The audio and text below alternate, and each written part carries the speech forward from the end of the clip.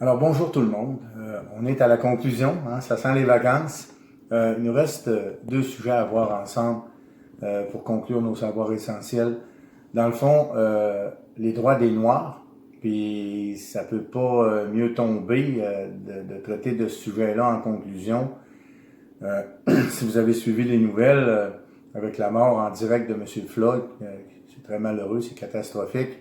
Ben, je pense qu'il y a encore du travail à faire beaucoup au niveau des droits des personnes de race noire aux États-Unis et un peu partout dans le monde. Et naturellement, les droits des femmes. Alors, c'est les deux sujets qu'on va regarder ensemble aujourd'hui pour conclure. On va commencer par les droits des Noirs, dans le fond, aux États-Unis, en Afrique du Sud. Je pourrais, dans notre cahier d'exercice, on traite de l'Afrique du Sud et des États-Unis, mais je pourrais vous dire que c'est dans l'ensemble des colonies africaines que ça s'applique. Alors, quand on parle du milieu du 20e siècle, c'est les années 1950, on a vu ça ensemble, on a appris à reconnaître les dates.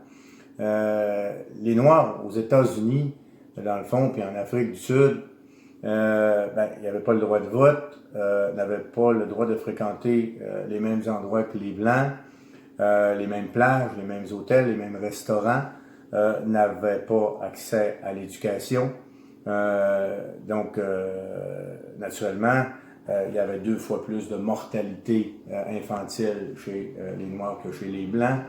Leur niveau d'éducation, le niveau de pauvreté est 4 fois plus élevé que les personnes de race blanche. 2 fois plus de sans-emploi. Ceux qui ont des emplois souvent sont mal rémunérés, je dirais même maltraités, victimes de ségrégation, de racisme, etc. Donc, c'était des situations catastrophiques. Il n'y avait même pas le droit, jusqu'en 1950, d'emprunter de l'argent dans une institution financière, banque ou caisse. Donc, si tu n'as pas le droit d'emprunter de l'argent, ça a l'air bien niaiseux, mais tu ne peux pas avoir accès à la propriété, tu ne peux pas avoir une maison, tu ne peux pas avoir accès à une automobile, tu ne peux pas démarrer une entreprise. Donc, c'est très, très restreint au niveau de ton pouvoir. Alors, en gros, c'était le résumé un petit peu de la condition des Noirs. Donc, dans ce contexte-là, il y a des grands leaders qui se sont levés. Vous les avez à la page 208, un bonhomme que vous avez peut-être déjà entendu parler, Martin Luther King. Martin Luther King a lutté beaucoup pour la fin de la ségrégation raciale dans son pays, les États-Unis. Il a organisé de grandes manifestations, il a prononcé des discours célèbres. Malheureusement, il a été assassiné par quelqu'un qui s'opposait à l'égalité entre les Blancs et les Noirs. Donc, il y a eu une fin tragique, mais il y a eu quand même le temps de laisser son empreinte et de laisser sa marque et de faire évoluer la cause des Noirs dans son pays, aux États-Unis.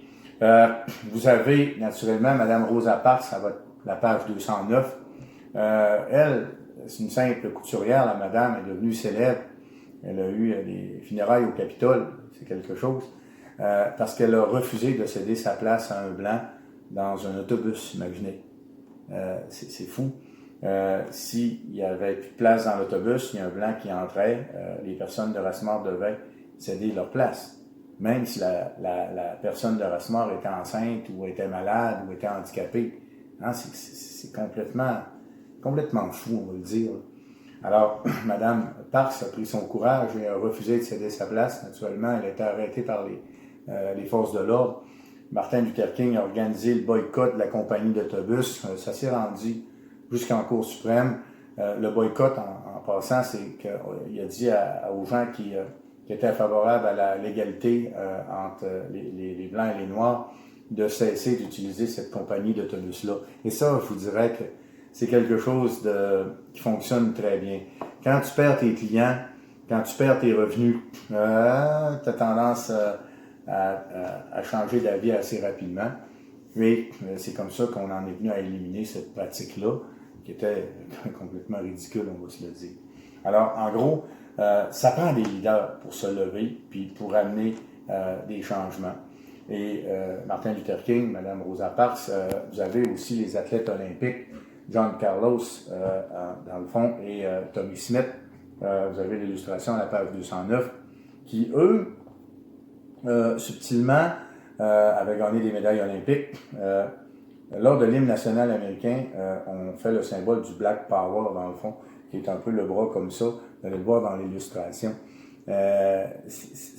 Ça a donné un message au gouvernement américain en disant, mais écoutez, si les manifestations pacifiques de Martin Luther King, si on n'est pas écouté, ben on va se ranger du côté du Black Power. Le Black Power, dans le fond, c'est un petit peu plus radical. C'est que les policiers nous donnent des coups de matraque, ben on se procure des bâtons de baseball puis on réplique. Vous voyez ce que je veux dire? Dans le fond, jamais ces athlètes-là auraient passé à l'acte. Mais qu'est-ce qu'ils voulaient donner comme message?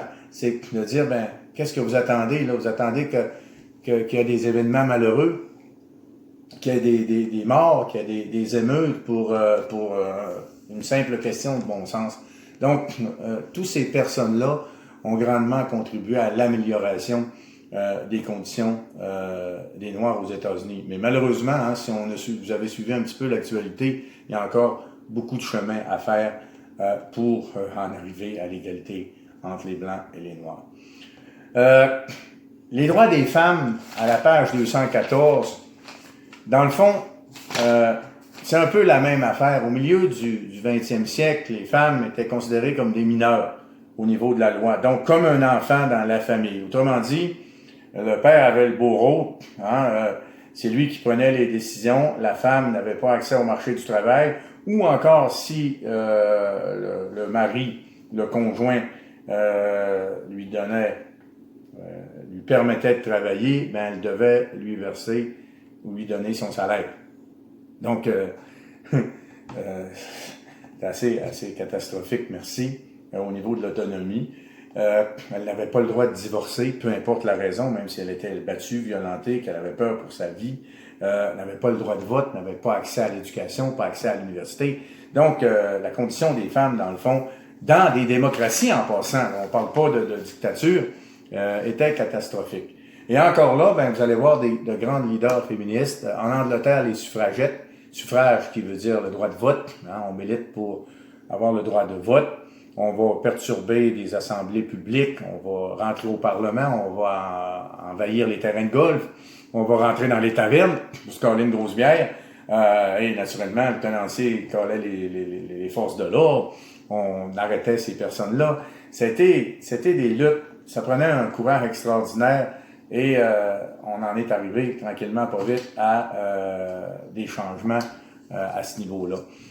Vous avez au Canada, au Québec, Simone de Beauvoir à la page 219, à la page 220, Marie Lajoie, Simone Chartrand, Claire Casgrain, on vous donne un petit peu ces grandes leaders-là. Eux autres, au Canada, puis particulièrement au Québec, à cause du pouvoir du clergé, vous savez, l'Église, c'est pas l'égalité entre les hommes et les femmes. La preuve encore aujourd'hui, puis c'est un petit peu ridicule, là, quand on regarde ça, on est loin de la femme pape. On est encore même loin de la femme prêtre, alors qu'on manque terriblement de prêtres. Donc, il faut vraiment, là, on est loin de l'égalité entre les hommes et les femmes à ce niveau-là. Donc, le pouvoir clérical lié au pouvoir politique a fait que les grands leaders du Québec ont dû se surpasser pour, naturellement, obtenir l'égalité entre les hommes et les femmes. Et ça s'est fait de façon pacifique, avec des manifestations, avec des discours, avec des marches. C'est les meilleurs moyens pour améliorer les conditions. Vous savez, dans le fond, vous avez vu un petit peu ce qui se passe à la télévision. Il y a eu des manifestations suite à la mort en direct de M. Floyd, j'en ai parlé tout à l'heure. Ces manifestations-là doivent avoir lieu pour faire changer les choses. Mais malheureusement, vous avez vu aux nouvelles, il y en a qui en profitent pour aller péter les vitres de magasins puis sauver avec une guitare. T'sais. Donc, ces gens-là viennent nuire un petit peu à la cause en disant c'est des casseurs. Alors que les gens qui sont là, la plupart des gens sont là dans une bonne intention.